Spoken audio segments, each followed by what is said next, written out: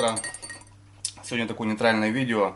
Многие пишут: Андрюха, когда уже с постройкой, когда уже начнете строить избу? Так как я показывал на канале, ребята, что и много раз говорил, что будем строиться, будем ставить свой домик и культурно там проводить время. Ну, сегодня как раз, ребят, затронем эту тему, так как и для меня она стала вот так попереком, и для вас, наверное. Изначально, ребята, мы много провели времени в поисках места.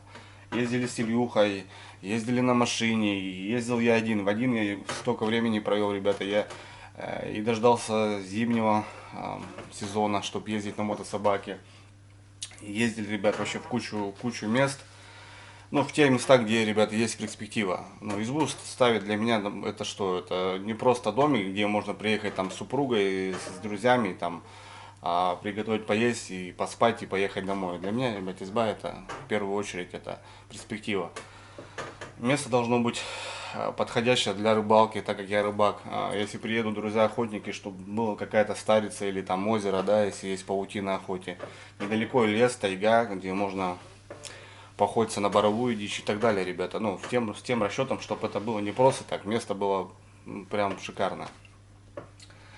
Ну, в концове все вроде получилось, все я нашел классное место, но здесь, ребят, пошли моменты совсем другие. Сейчас, ребят, небольшой фрагментик, как мы немножко, так сказать, приготовили дровишек на баню. С Илюхой ездили вот сейчас буквально на днях. После этого ролика, ребят, продолжим, и я вам объяснюсь, и, наверное, поставим точки, и вы мне можете посоветовать, наверное. Все, ребят, погнали.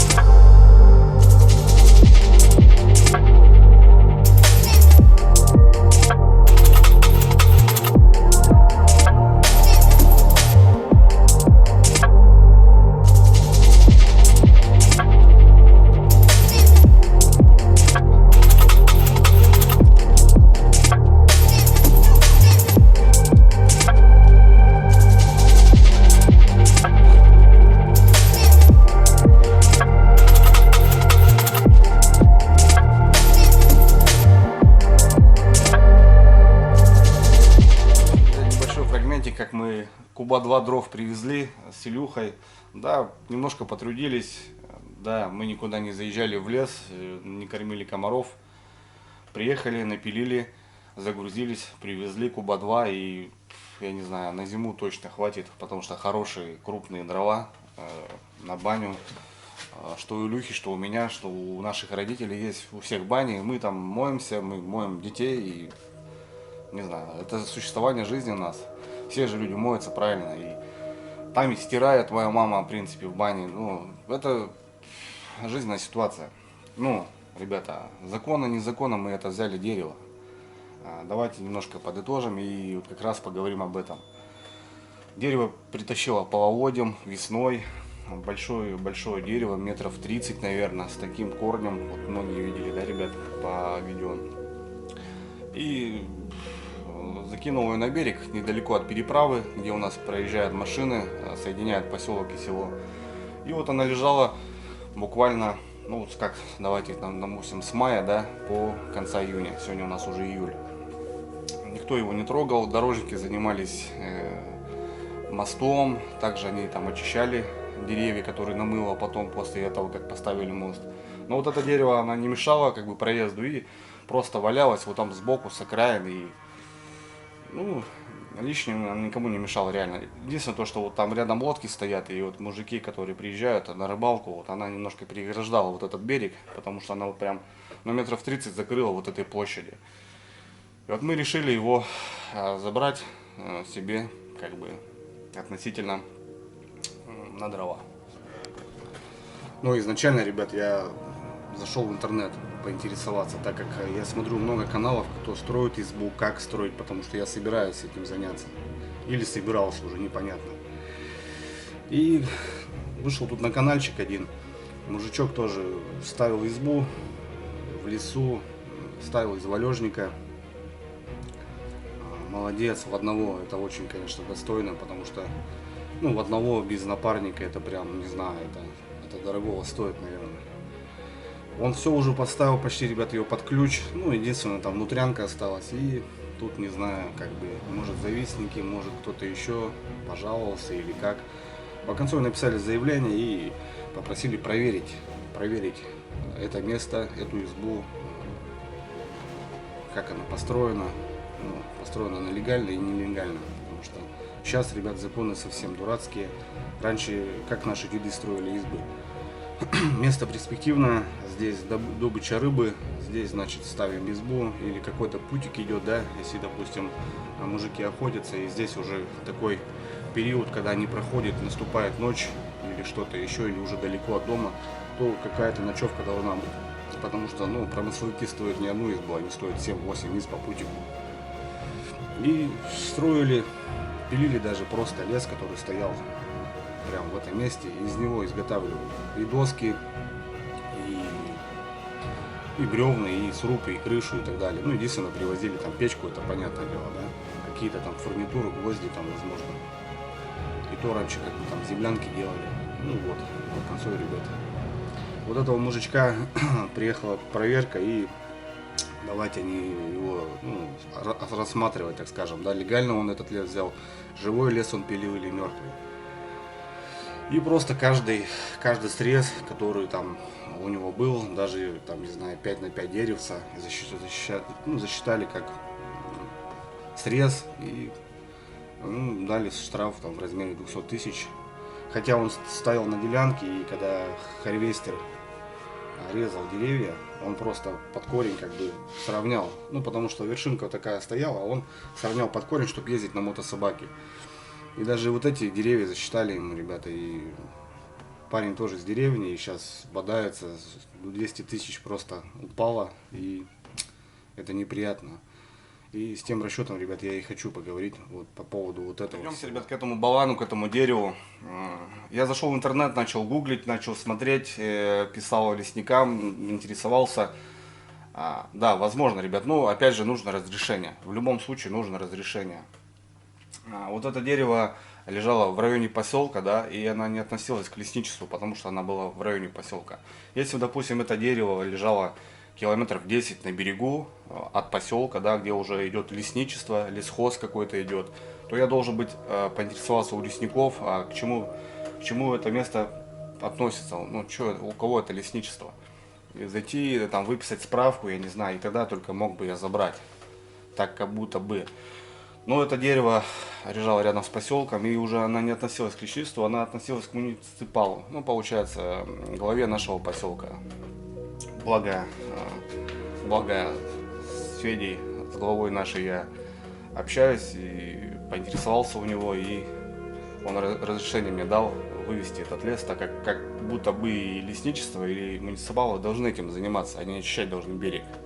По идее, они должны еще сказать спасибо, но опять же, тронешь просто так, поругают. Ну, не то, что поругают, ребята, там идут денежные штрафы, причем не маленькие. И я вернусь сейчас со своей избе, ну, в последнее время тут так начало нагнетать, что вот и этого парнишку, я смотрю, штрафовали.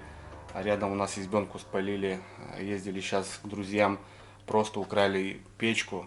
Вообще страх. Ну, зачем? Вообще непонятно.